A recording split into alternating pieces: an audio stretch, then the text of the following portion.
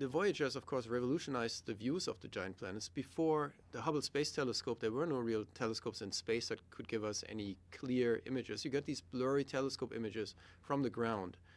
And by going there, you would really revolutionize the resolution, the views. You get the backside views. I mean, if you just look at the picture Voyager took from the backside of Saturn, back illuminated, it's just fantastic. It just makes you marvel about the beauty of the cosmos.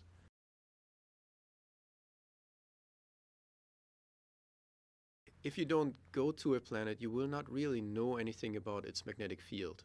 And just going there and measuring the magnetic field at the spacecraft, it gives you the information of how the magnetic field inside the planet is oriented, how strong it is, and what the processes are that go on inside this large bubble that is called a magnetosphere.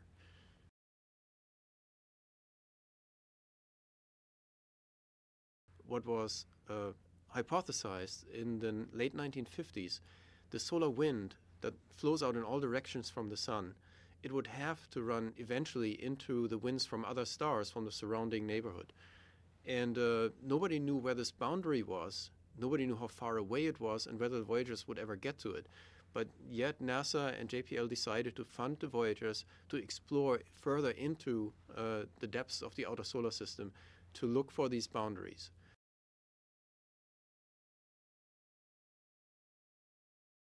So beyond the scientific value of what Voyager finds in interstellar space, it is also a boundary to be crossed by humanity itself. Did we ever think that we could leave the solar system, or at least the plasma, the magnetic field of the sun? At the time when Voyager was built, I think that was not really in the cards, but this incredible team has just made it happen to make these probes that were designed for maybe a lifetime of 5 years, to make them survive 40 years and enter this medium that we never thought we would ever encounter.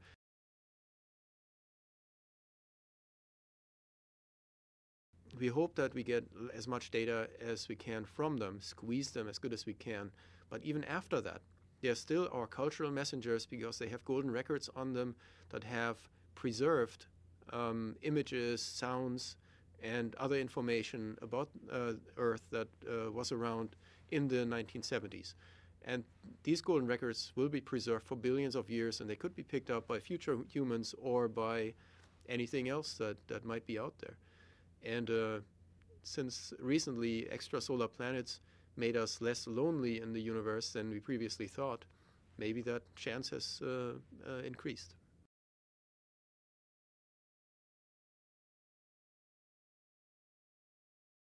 We had 6 months to make the Voyager record. And it was absolutely a work of love and a sense of a kind of sacred undertaking, because we knew that we were conferring something close to immortality. It was kind of, to us, a Noah's Ark of human culture.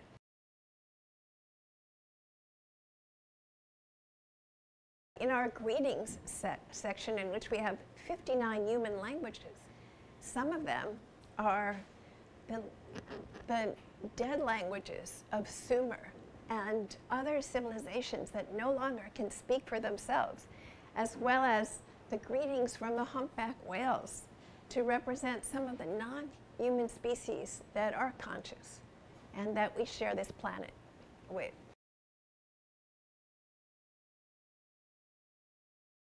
This was a spacecraft that was supposed to function for something like a dozen years. Here we are 40 years later, and we're still in touch. And look at the discoveries that both Voyagers have given us.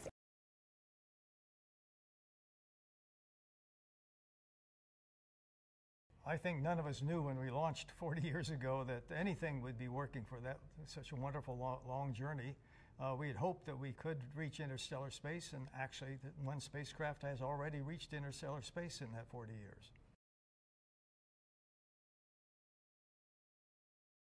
Well, the big picture is the Voyager really revealed how diverse all the objects are in the solar system, and how limited our terracentric view of planets and the solar system was. Every time we turned around, we discovered something quite different than we expected, often found things we hadn't even known were there to be discovered. So time after time, Voyager has revealed really the complexity and diversity of the bodies of our own solar system. And of course, today we now know there are many other solar systems around other stars, which are all different than our solar system.